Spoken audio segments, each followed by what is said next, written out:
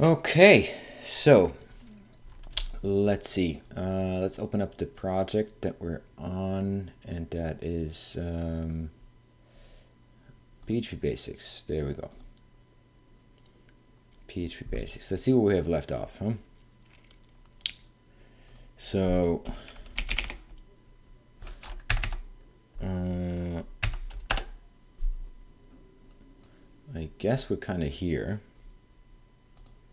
Right, let me just see if I have all of the channels on here. All right. And then let's go here. Okay. Oh, Clown Boots. Welcome to the stream.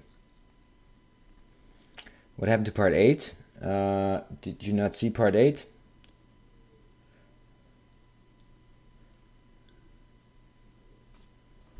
Or did we miss it?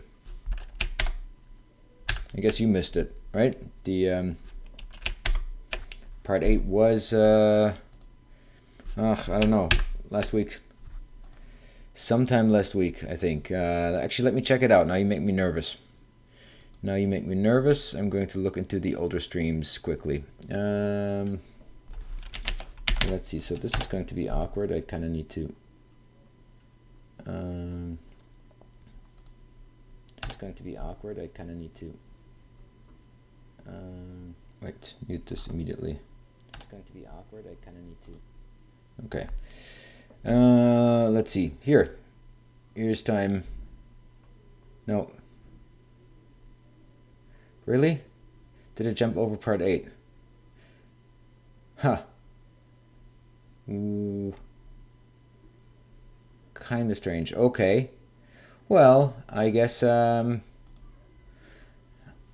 instead of doing it like Microsoft and jumping over number 9, I'm jumping over 8. What do you say to that?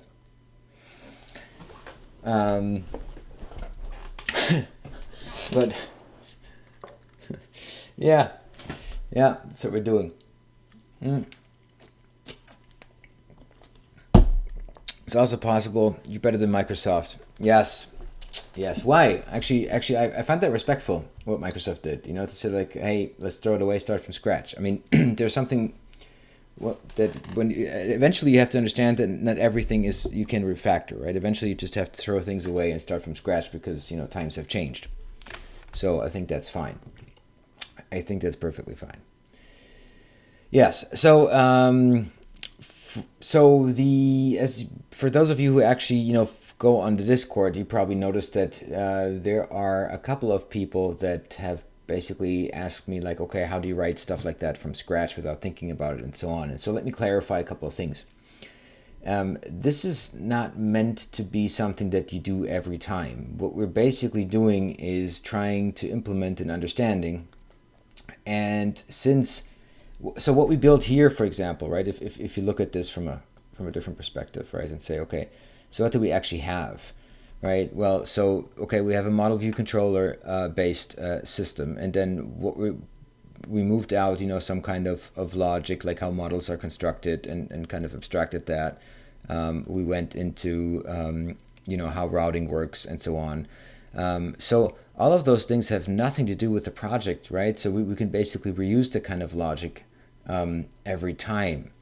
And if we do that, then we might pretty much get to a point where we kind of wonder, well, wait a second, aren't there more sophisticated solutions out there? And then we enter basically the world of frameworks. Because, a lot of people, including myself, spend time, developing those kind of abstractions so that people don't have to basically start every project from scratch and then basically do something like this. We're doing this for a learning purpose and to be able to, when we jump into front end, to frameworks, to understand what is behind such approaches and why people do it that way. So that's a little bit the thing that you have to keep in mind, right? And at the same time, so where we stopped the last time was basically, okay, so now we are basically at the point where we say we have a structure, and then the next big topic would be, okay, how does collaboration work, right? So I've been very sloppy on this one with how commits work and so on. But eventually you'll be able to, or you find yourself, not be able to is probably the wrong starting point, but you'll find yourself working on things together, right? And so a lot of the reasons, for example, for this file structure is, okay, so now somebody can make changes to the model structure and somebody else can create new routes or whatever without touching that. And then it would basically all come together. And another thing that we basically did here was, so everything that we did right now is server-side rendered. At least I think that we have almost no JavaScript included. I mean, I try to be pretty good about it sometimes, with a little bit of workarounds, but nonetheless, it actually works to do everything server-side. And what I would like to talk about a little bit, since I have Mr. mhochm in the line, or not yet, but I will basically ask him to join, is to say, like, okay, with all the modern front-end frameworks, right, like Vue or React and so on, why do we still find so many server-side rendered applications? I mean, not even in PHP alone. I mean, also in like if you look at Express and Node or Django and Python or whatever you play around with. And let me actually kick on my Discord here and see if that works. And since we have, because I mean, when do I ever have the luxury of actually having people online when I start streaming? So let me see. Let me get, nope, that is not the one I wanted to connect to. Nope. And then here, this one. This one. And then, does this even work? It does not work. Let's check out.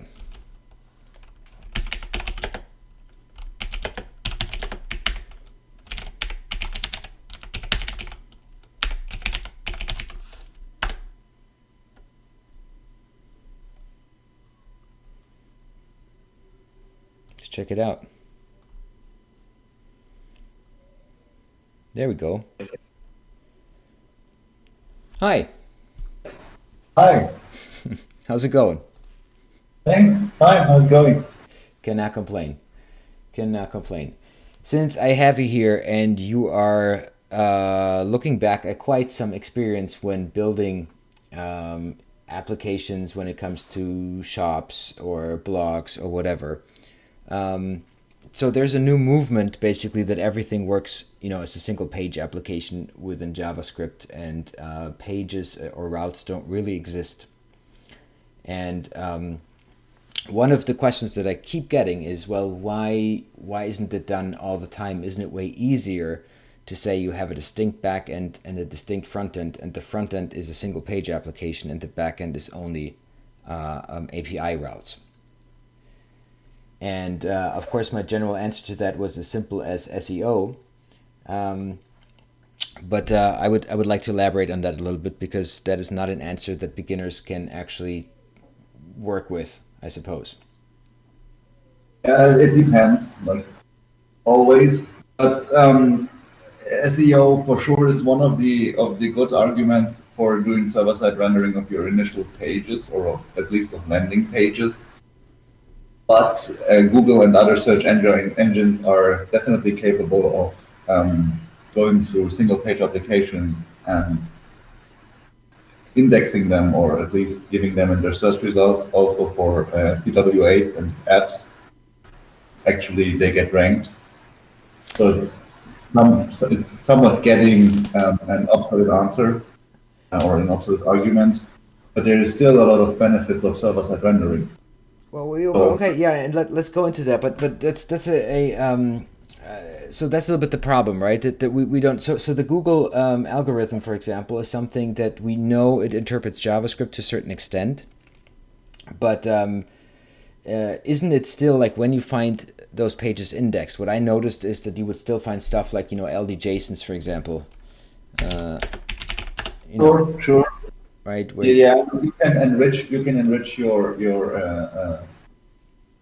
search result with JSON LDs or other things. You can tell the search engine what you will find on the page, but most people don't get it right because you show only uh, data in the JSON LD or in other structured data that is actually visible on the page. You should not code anything in there that user of your page is not able to see. It's just structuring data that is elsewhere visible in the display. No, no, And sure, sure, I get that. But what I mean is like it's kind of like that's a gamble. So all of those sites that are well indexed, even though they are single page applications, they all have enhancing data that they provide for Google in order to basically generate the possibility for Google to index it. yeah, sure, but you can have sitemaps and stuff like that in addition to your single page application, and your single page application can then render deep links and show content even though it's not server side rendered.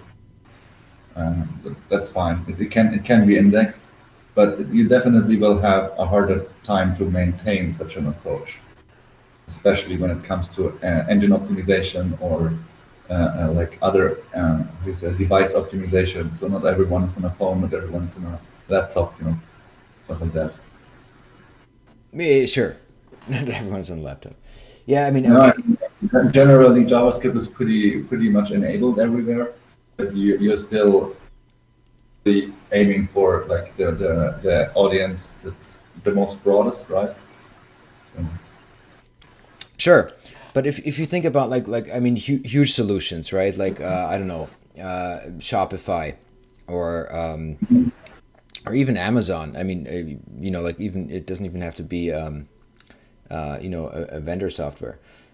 So then you notice that basically those links all exist, like really exist as server rendered endpoints.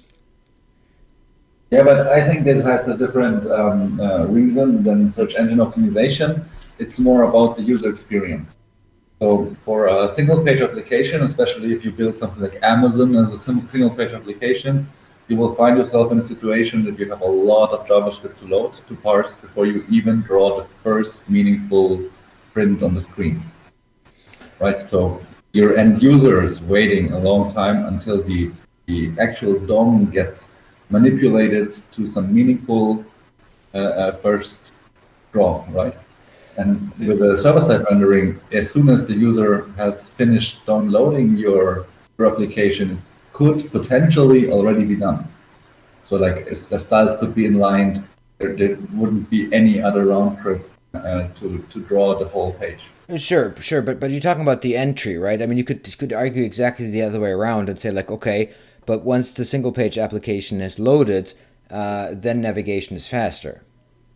True, and this is why they usually like the right approach would be to do both. What like for example GitHub does. So first page you see the first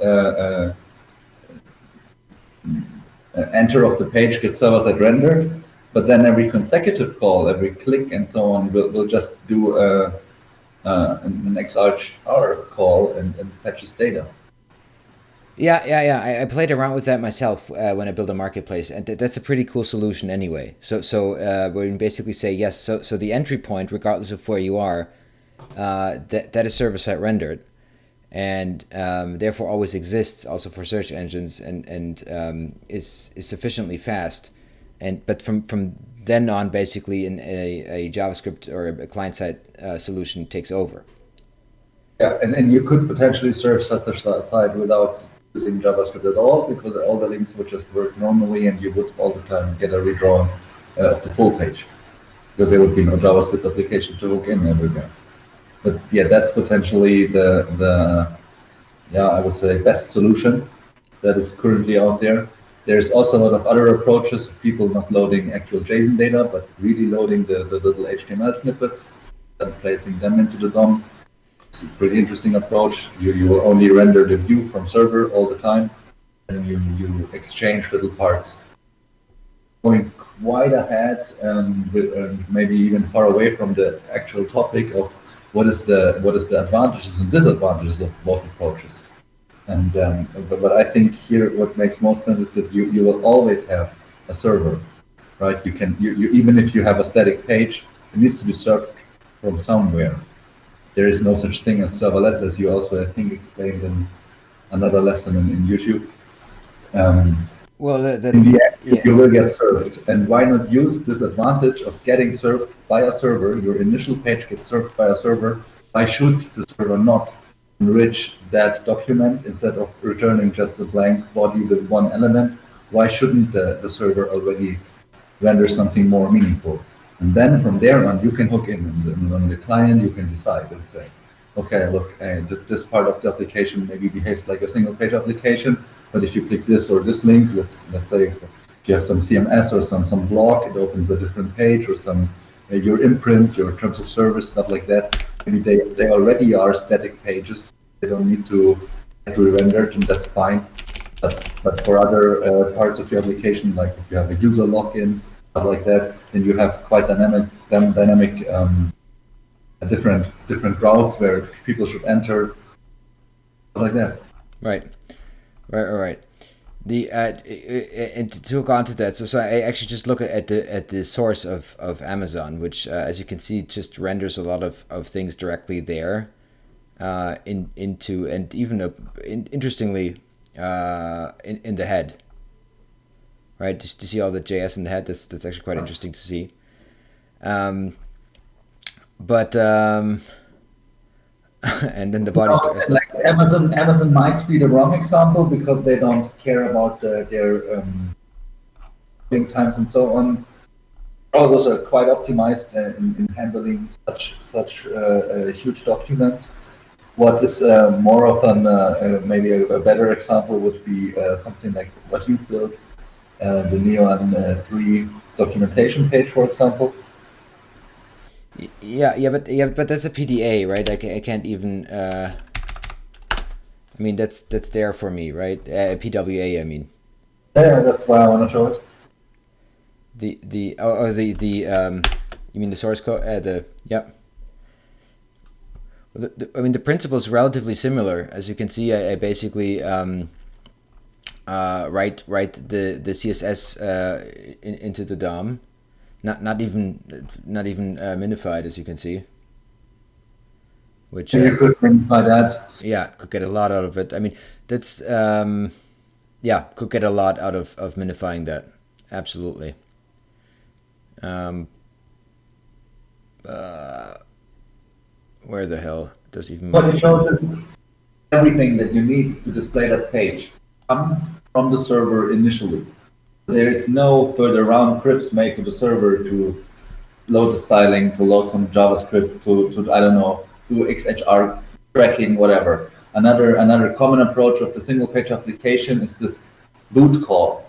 You know, you open your PWA, and it detects you're logged in, for example, and it says, okay, I need to get the newest news feed, newest chat, the newest updates of other people, whatever happened, in whatever business you're building. right? And these boot calls, you can minimize that load because you already are on the server. Like I tried to explain that there is no serverless.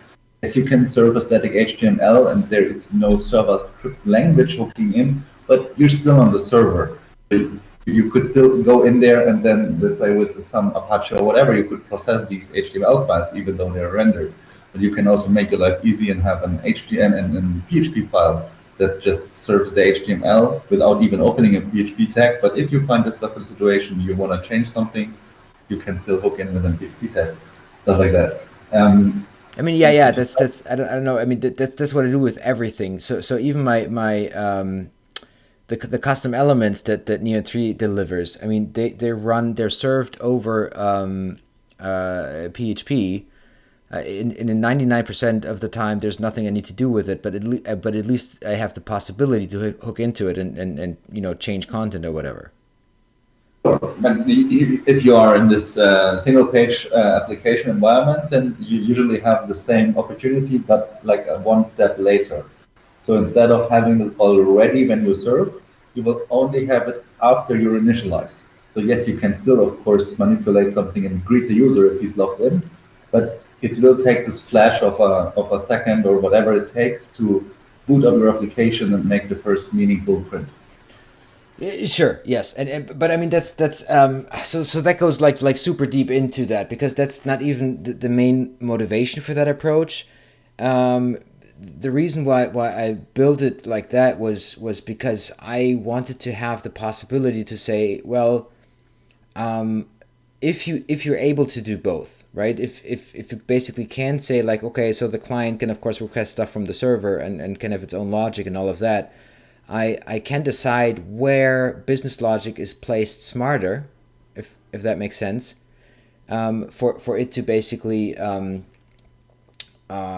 get to the point of to achieve a particular outcome, right? So, sometimes it's just kind of like you make round trips, if you have a purely client-side solution to gather information that you might as well have delivered already from the server. And sometimes it's the other way around, right? Where you say like, yes, no, let the client compute that.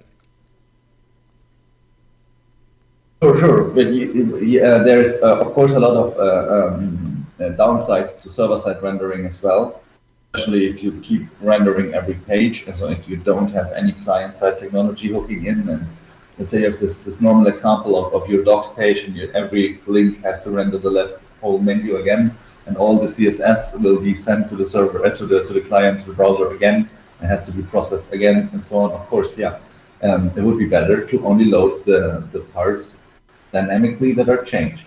Yeah, and you can, again, this is not, so this is purely static and this is purely server-side rendered. But what I'm saying is like, yeah, I mean that's possible. I mean, I don't know if you looked into Vast N3. Yeah, sure. No, this is a common approach because if you do not have any server-side logic, and it actually only serves in static HTML rendered from somewhere, of course, that's the most performance solution. There's nothing that is faster than serving a static file.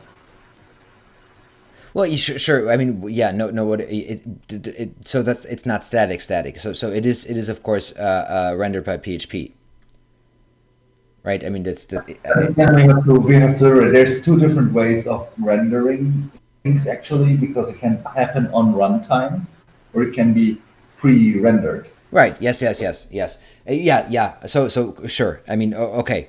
I would call that cache. I mean, of course, it's cached on the back end and then served as a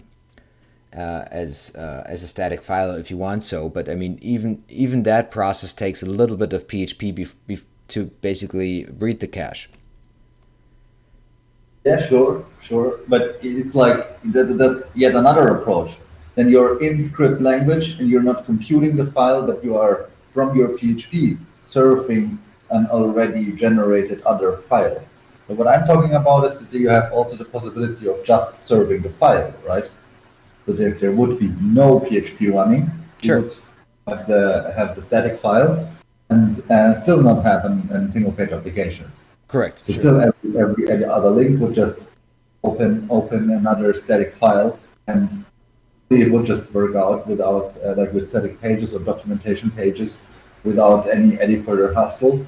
But what usually is the case that you have applications where only parts change, and that's where the client side rendering or the single page applications and other approaches really come into play. Right. Because Yeah.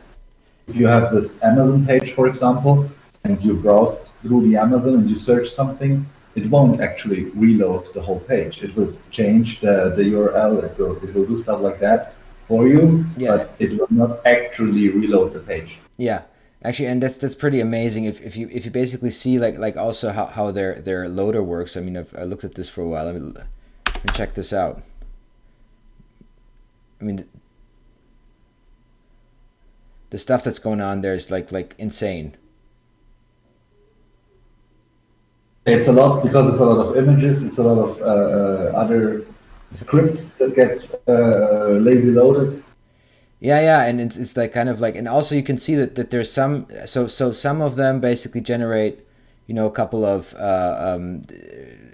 well, they're loaded to the client cache also some information. It's like super interesting what they're doing. And then I don't really know what that socket keeps doing, but I mean there's so much going on on that page, it's absolutely amazing. And it's still quite fast. Yeah, that's why it's quite fast, right? Because they give you basically everything you need. They have the above the fold first approach, so nothing below that line actually renders when you go to Amazon, right? That's all happening way later. So they basically say like, well, make sure the user has everything it needs. So this is active long before, and it's a complicated menu, as you can see, right? It's quite heavy from what it's doing and so on, right? But that's of course where the client side of JavaScript hooks in. So Right. server side does not decide what to render first. No, Who no, would no. serve? But that's what I'm saying though. So it will not look like this. But if I'm fast enough, let's check it out.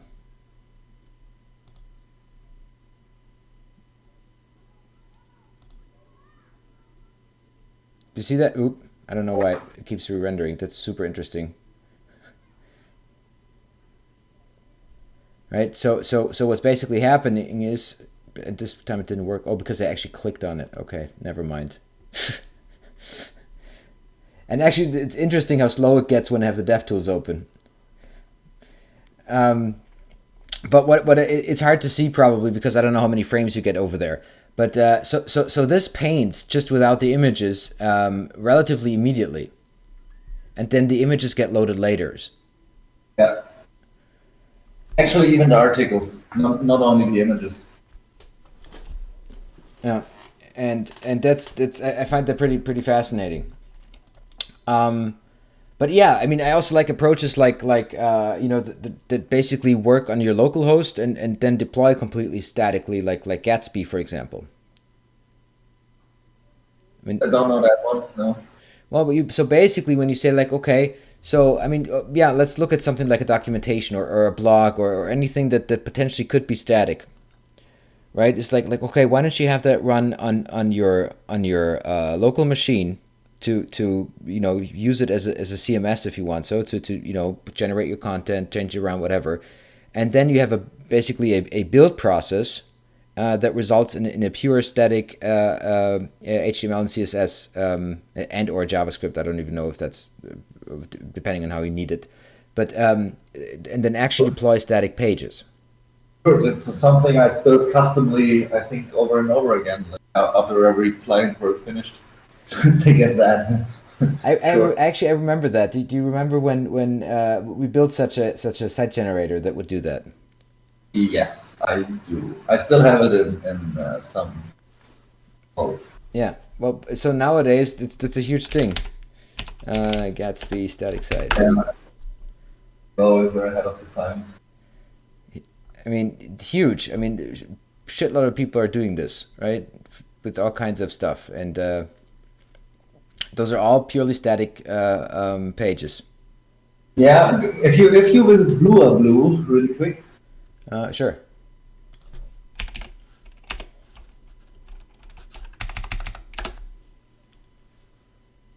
And a quick delay. I'm sorry. This headline of "Content is King." It always reminds me of that project. Yeah, it's Bill Gates though. It's, but yeah, but the idea is pretty similar, right? So the you can of course like basically say okay, I don't even know where I have this. Okay, this is doesn't matter. But you can of course there we go. Say like okay, I run this completely on my local machine. Right, that's all I'm doing, and then I just deploy it with webhooks to a way simpler system that would that's basically what I'm doing here, by the way, on here, right, this blog. That's basically those are just a blue entries that I just push here per webhook. You know what I mean? Yeah, it's this author.js thought that you had years ago, right? The author.js? Yeah, basically, yes. Just manipulate the page based upon what page it is. Correct, but I mean, but I do. So it's an SDK. I mean, it's actually so there's an endpoint on Neon US that would actually then write the file statically. So those pages actually exist, right? So if I were to go somewhere, I don't know, right? Those pages actually exist. Do you know what I mean? Yeah, yeah, I do see. I see. So it's just They are, if you say they exist, maybe we have to clarify that. It's, you mean it's a static HTML file that doesn't get the push by Blue. It's already in the source code. right. Actually, that I mean, in theory at least, I think actually in that case it's a JSON file, but it doesn't matter. Yes, it exists as a file on Neon US. Yes, exactly. Yeah, it's not on the Blue servers anymore. It's deployed onto. Right, right. I mean, it's still on the Blue servers, and it's aware that it because I can still update it and manipulate it. Yeah, right. Okay, it's still on the Blue server. It doesn't get rendered by the Blue server. It's deployed to the Blue server, and you just fetch it from there. Exactly. So it's JavaScript only solution, basically. That is what it's saying. No, that's not a JavaScript solution. That's not at all. Actually, it's like I mean, on the Neon US side, you're only using JavaScript. no, no. This that's what I meant. This actually exists as no. So with Blue, there are two things that you can do, right? You can basically and actually we'll quickly need to log in for this, and then go to my own thing. So there are two things that I can do. Is I can actually send webhooks somewhere, and what I can also do is or here I can pull as well, right? Okay, that's a JavaScript example, but I mean you can do that with whatever, right? You're just authenticating with an OAuth flow and then basically getting your stuff out. So it's not a JavaScript only solution. It can be. But what Blue can do is either it can shoot against a webhook, then and you have some kind of server side solution and do whatever you want with it, right? Just like you receive, I don't know, a GitHub webhook or whatever, or you query the API, and if you want to have a JavaScript only solution, then of course you just get the content on the fly. So you can do both. Okay, and just to clarify, so on the Neon US, you have this PHP script running. Right. That whenever it receives the webhook, pushes a new site out. Exactly. So here on this side, I have a regular API endpoint, right? That just receives, updates on articles or new articles or whatever, and then writes static files for it. And that's of course not the blog endpoint. That's basically the receive content endpoint. And then various students, vice versa. Right. So that's that application flow. But it's a little bit off topic. But the JavaScript solution, for example, would of course not work if I run Blue on my local host. Sure. Because I can't because I have no public access, of course. Then. Oh, makes sense. All right, we were at the differences between server side and client side rendering. So yeah, it was so far off topic. It wasn't so. That's very true. But anyway, so those kind of things, and again, I mean, if I would look into it, it's super interesting. What it does, right? It's basically. If you want so, and yes, I also hate the expression serverless. I hate it with a passion. It's such a stupid word. It's a little bit like saying like, well, there are relational databases and there are NoSQL databases. Like, what the hell? Can't we find better words for that? but SQL, do you know what it stands for? It says not only SQL. That's what it stands for? It's an abbreviation and it means not only SQL. Really? Yeah, really. Okay, but okay, but so but why don't we call those solutions non-relational databases? Because they are not. They can be. Okay, yeah, yeah, they can be. Okay, like what are you thinking of? Yes, you can relate data in a NoSQL database. Yeah. No, of course you can. Of course you can. But you can't. Not in this. You cannot query in the same way that you can on a relational database. Yes, right. You cannot query the same way, but yes, you can also not store the same way. But I think a NoSQL database makes sense if you have documents that differ very much from each other and they still belong to the same collection. Yeah, I agree with that, but at the same time, like I kind of get a shiver when people say like, well, those entities are the same entities, but they differ from their structure. It's kind of like, oh my God, that sounds like chaos from the beginning. It's not.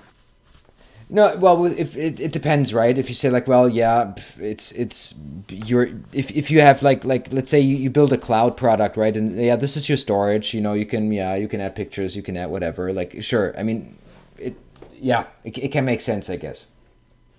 That's why it's there, right? I mean, there's a lot of different kind of collections that you want to store, and many of them can actually be transferred into a relational structure. Some of them just shouldn't. So that's true. Yeah, no, sure. Again, it's all there for a reason. I agree. I agree. But back to the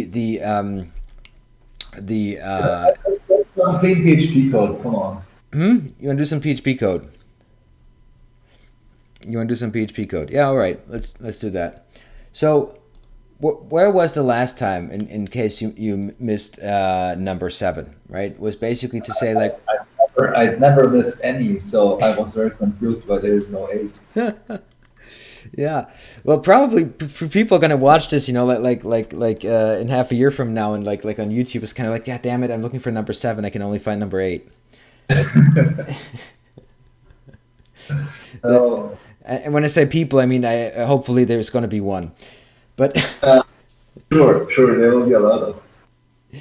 but so the what I was looking for was basically, and you have some insight into that. That's why it's actually interesting. I was trying to find the easiest solution for migration, because where I ended the last time was basically saying like, okay, so now with when you work together with people, you have this issue that you basically if you make changes, right? We have some kind of seed here, no, not seed, but database. Where did we even? Is that in models? Where did we have? Did we just place that here? No. Did we even do that? Is the next question. You even do what? So the next thing that basically is on the list is to say like, okay, so we created those models here, right? Where we say, okay, there's user, and there's a username and a password, and okay, that's and the delete date apparently, and stuff like that. And of course I have this database, and the question now is, okay, how would you? It's probably installation or something like that, right? No, I seriously just didn't do it. How would you basically go over the issue of saying like, okay, so what people usually have when they start out is okay, here's a SQL file, and you can install this on your machine, right? So basically, just a database dump, if you want, so of the structure. The structure, sure. And then you mean you make changes to that structure on your local machine, Right. and then you probably just export the whole thing again, and you drop it somewhere, and Right. But it's simply not possible, right? Because so if you have something like even if you have, say, like create table if not exists, well, as soon as the table exists on the other developer's machine, then of course it will not alter anything in there, sure. right? So you need some kind of migration logic. And what I was trying to figure out the last time is like, okay, what's out there on the market that is simple enough. So you would basically look at this and say, okay, this is graspable and this makes sense for beginners to use. You know, like some kind of composer package that you can simply just use and then write your migrations. And ironically, I didn't really find anything that fulfilled those kind of needs. I mean, all of the solutions are quite sophisticated, and really complicated to understand if you're not even aware of the problem, because of course, again, the beginners normally haven't worked in teams before. Yeah, sure. I guess they have to be quite complex, and they have to also be somewhat of sophisticated to even achieve what the task is. In, I know it from Laravel perspective, where you would not touch your database ever, and you would only do it in code. One could think about such an approach in SQL only as well. So instead of touching your database, you would write the SQL code to alter the table, and you would append on that huge SQL scheme file. This might be an approach for the beginning. Yeah, but again, that doesn't help, right? If you append to what, and then you write alter commands in your SQL file. Yeah, it could still run from top to bottom, and it would. Yeah, okay, but you would have to do a lot. No, no, that would be a better approach actually. The yeah, well, it's I mean, it would be an enormous, yeah, but it would work, right? It will, you actually, yeah, now that I think of it, it would work. I mean, sure, I mean, Git would pick it up as a change. I mean, everything, yes. Keep track from which lines of this file did already run, although they might be in a different order. So let's say someone merges something in that he did previously, and then the order changes. Then you would have to know which of those commands you actually ran and which of them you didn't, and you get some complexity in there that really makes no sense. You would have to have multiple files and timestamp them. So this is how the Laravel does it. You have multiple files, you write your changes to your database in some fluent PHP syntax, and then it gets applied in order because of the timestamp of the files.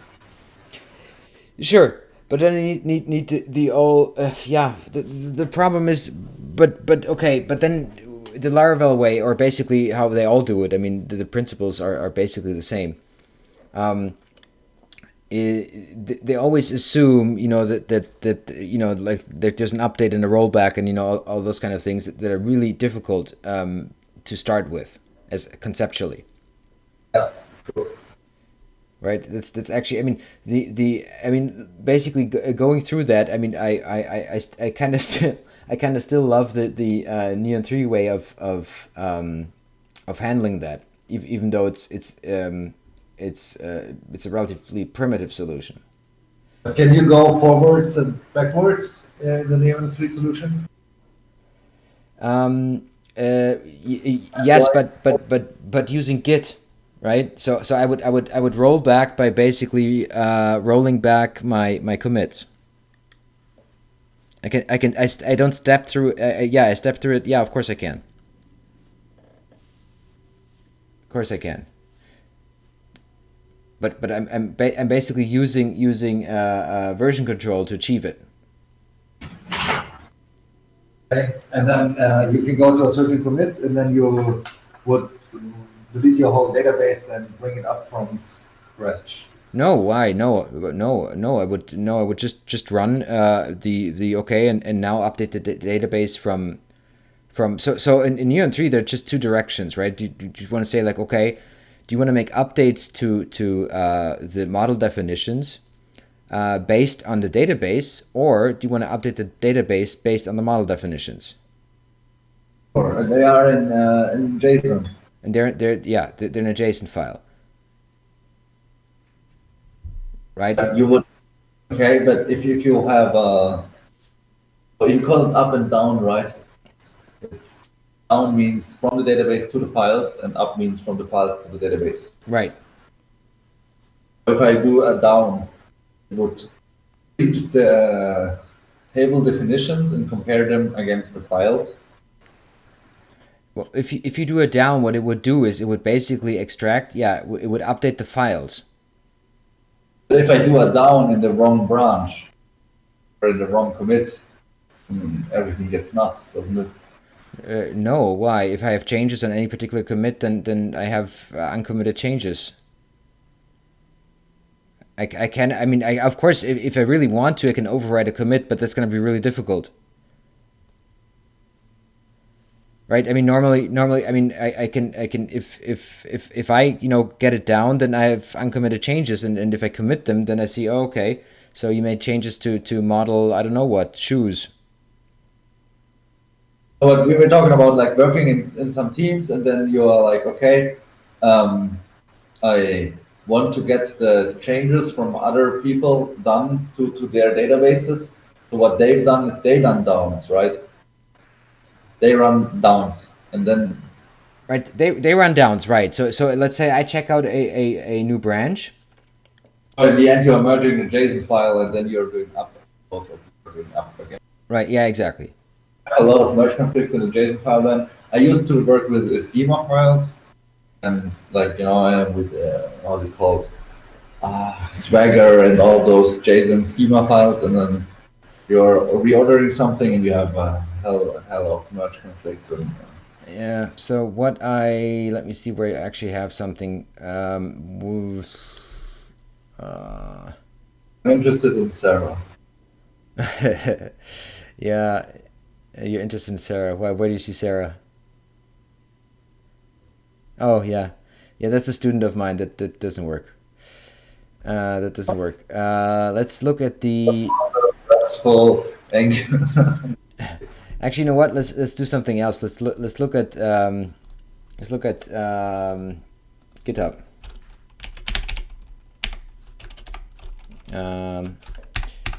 Yeah. What's that called? User model.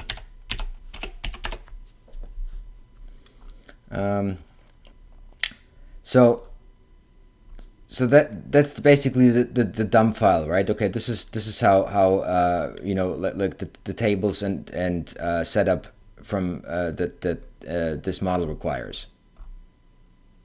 Right, it's super primitive. That's basically just like, okay, translated to a JSON. Did I lose you? I do see. Yeah, and then in order to basically so what you call a schema file is so the closest one to that is probably like something like this, right? Where you basically say, okay, so you have particular things that, so here you define more or less again, okay, this is how my model looks like from the PHP perspective, like that's how it works, right? When you say, okay, so you have different relationships, like say profile here has a one-to-one relation, rows is many, and so on, right? That's how you would define it. And then you can also basically say, okay, there are events, right? There's on creation, there's on update, and so on, that where you can basically create particular functionality, and that's how you would actually interact with the model from the user perspective. So that's basically my schema, if you want so. Right, that enables me to generate. If you look at the like the actual model. So as you can see, okay, I only have a function login in here. That's all I have. Right, that's basically, okay, there's something else going on here, and nothing else. I don't have a create. I have nothing. Do you see that? But yeah, the transformer. Right, the rest, exactly. The rest is done by the transformer. And that's basically what's happening. So wherever I am, and I mean, this will, of course, I'm in the wrong project now, but in theory, I could basically then write something like, okay, user I don't know, find, or user create, and like just and it's going to validate depending on the transformer schema I have, right? I don't know. Body. Do you know what I mean? And then so all of the CRUD operations is basically something that I just define. Oops, on the basis of, okay, so how do you want something to behave? Against the database in this case. Against the database in that case, exactly. So what happens? So okay, right? I mean, what kind of hooks are there? So for a user, for example, like, okay, you update your email. Okay, I'm gonna create a confirmation hash of some sort, right? And generate that too. So the outer business logic can then say, okay, thanks for that hash. I'm gonna send an email out, I guess. Right. Right, and do something with it, or not, or ignore it and say like, yes, sure, whatever you want your email to be.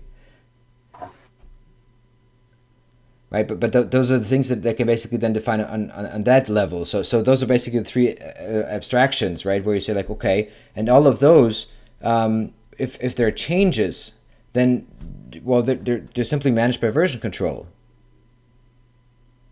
Right, I can roll those back and forth however I want to. I don't really need a timestamp for it. Go forward and backward is abstracted into the version control. Right, it's done anyway. I mean, Git has a delta of all the changes where I can basically just jump through time how I want to. Why would I recreate that in code?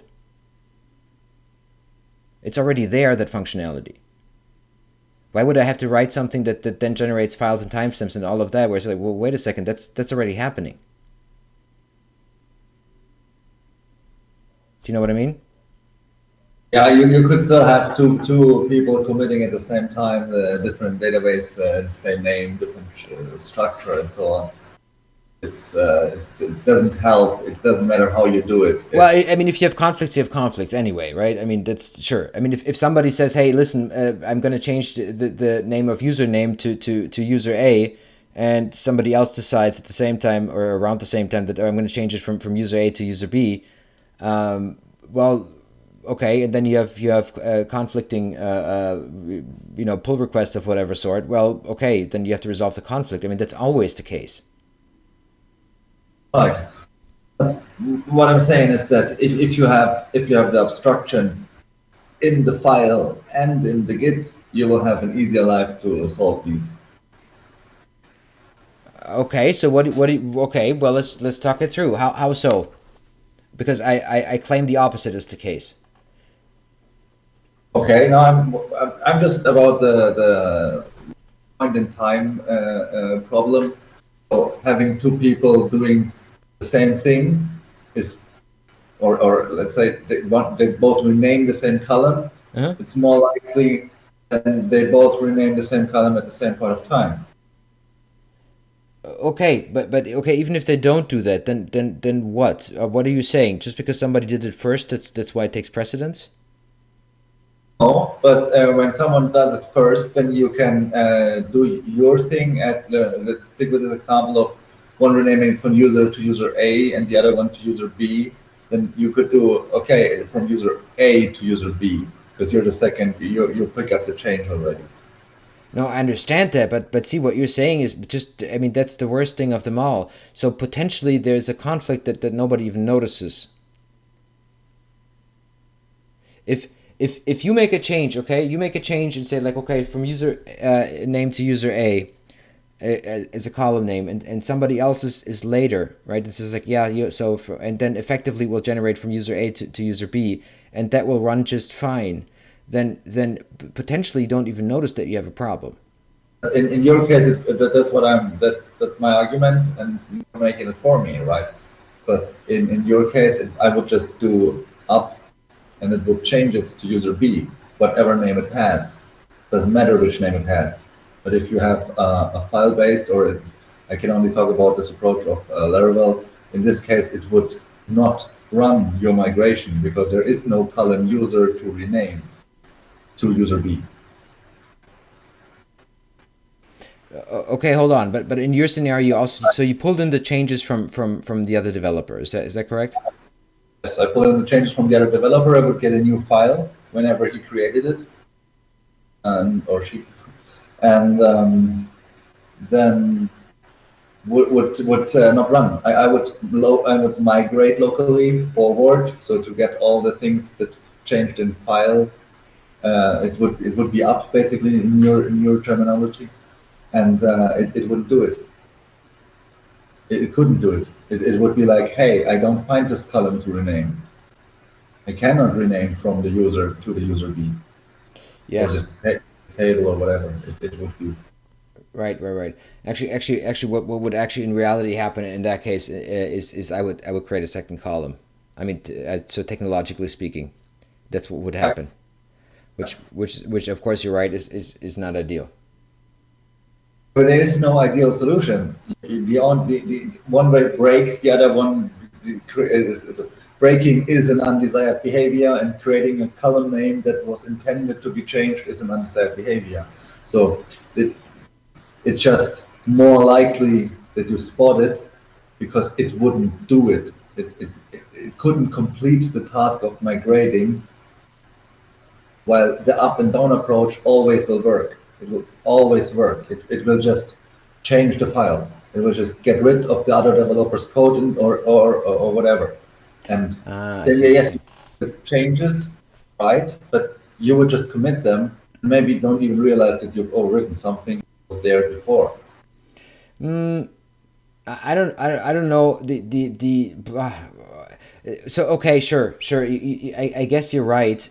But that's a little bit of work ethics, right? So what you're saying is like, okay, so you check something out and the next thing you do is you migrate. That's usually what you do, especially if you have to, if you continue work on something that someone else did. Right. Yes. And I understand that. The reason why that's not really an issue for me personally is because so if I notice model changes, like I mean you know how there are different colors, for example, if you see there have been updates and stuff and so on.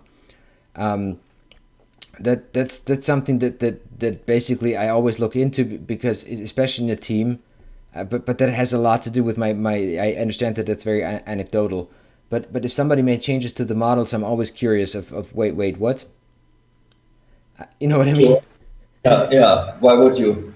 Because let's say you make changes to the models and nothing else, then for right or for a particular controller, then I get scared, right, and say like, hey, hold on, does this pass CI?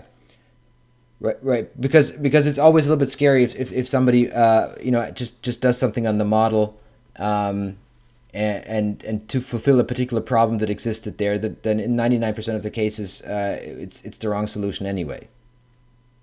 But It, but again, might be that's for that particular framework, and I'm not saying that you're wrong. What I'm saying is, like, if you have this second uh, mechanism of control, because it's always a new file. It will never change an existing file. Changing an existing file would always have to be done by a human person. right. Yeah. No. I mean, you're completely right. Right. In this approach, when I say, hey, I check something out, then I migrate up. I could potentially create something that is unwanted. Right. I mean, by the way, I could still roll it back. Like it's not that. Oh, sure. It's not what I'm saying. I actually do like the approach of the up and down, how you define it. And since then, I'm referring to the up and down in that way. And I call that one that was used to be up and down for me, meaning backwards and forwards. So just to clarify, backwards and forwards. And rolling back means, of course, rolling back the last action. So it's like going backwards in time. But do you actually want to go backwards on the database, or do you want to go backwards on the files? And in your case, you would have to do the backwards on the files via the Git, right? Exactly. Right. Yes, exactly. So if I yeah, that's how I look at it. So Git is for me something that is on a timeline, right? Where I say, okay, that's where I go back in time, right? So to before, if you want, so, right? And migration is for me something that goes that is directional. It's like, okay, so what do you want to do? Do you want to update your database or do you want to update your migration? It's a very nice approach. Because the I mean that's basically I mean that's always the case. It doesn't really matter if how you look at it, right? I mean you could of course say like, well, up down, that's how I look at the timeline. I mean that's basically just how you visualize it. I mean for me it was more logical to say, okay, so up down is for me has more to do with code to database. But I might as well have called it left and right, right? I mean who cares?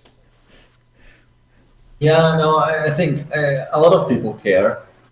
I have this yeah, you teach a lot of people coding like in this live sessions and in this tutor pages, I guess. Mm-hmm. I have those people at work and I try to teach them concepts and the understanding of a concept. Yeah. And if I explain up and down, they look at me like, what is he talking about? But when I bring this analogy of forwards and backwards and say, look, it's like Git, it's doing it. If you would roll back a commit, you would go back in time there, and then this framework has this cool command, and you can go your database.